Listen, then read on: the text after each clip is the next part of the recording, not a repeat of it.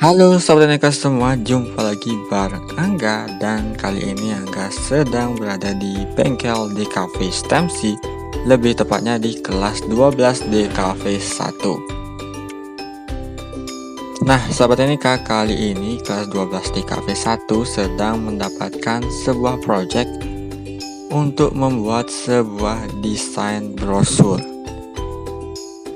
Tapi sebelum langsung masuk ke tahap mendesainnya nih Sobat Aneka, kita perlu terlebih dahulu membuat yang namanya desain brief. Jadi apa sih itu desain brief?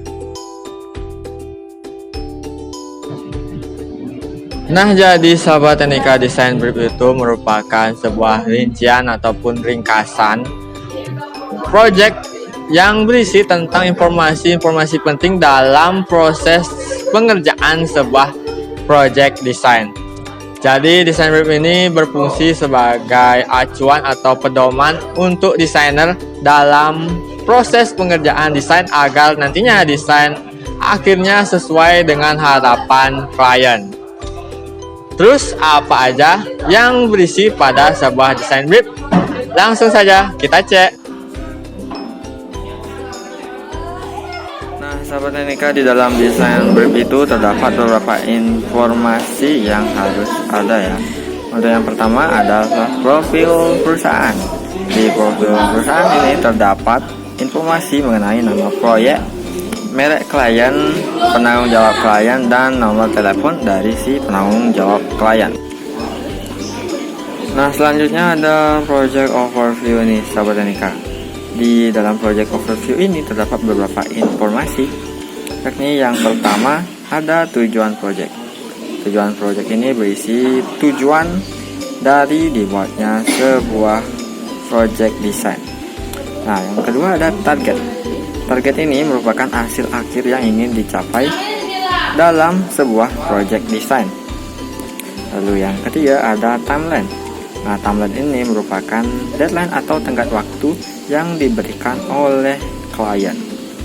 Selanjutnya ada budget, yakni biaya yang diperlukan dalam melaksanakan project design ya, atau bisa dibilang juga sebagai modal.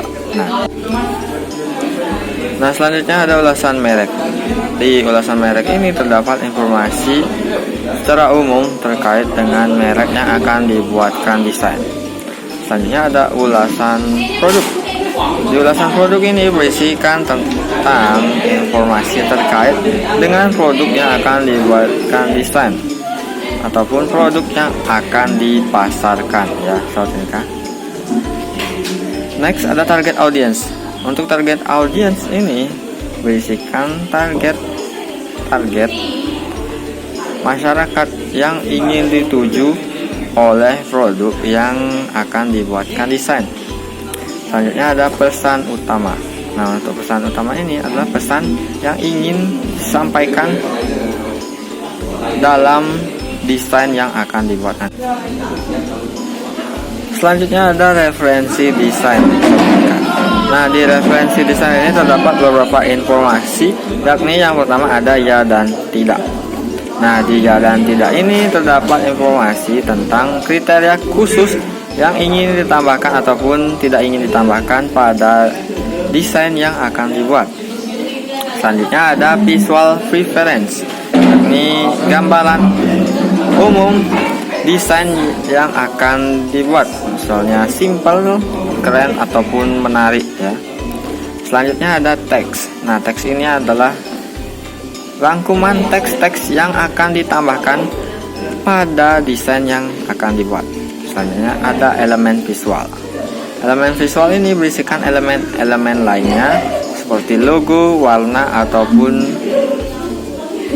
foto-foto, dokumentasi ataupun ilustrasi yang akan ditambahkan pada desain yang akan dibuat. Oke Sahabat Aneka, itu dia tadi sedikit penjelasan ya tentang apa itu desain brief. Nah semoga dapat dipahami ya oleh Sahabat Aneka di rumah dan juga semoga bermanfaat. Jadi sekian dulu yang dapat Angga sampaikan. Terima kasih sudah menonton dan sampai jumpa lagi di kegiatan selanjutnya. Bye-bye.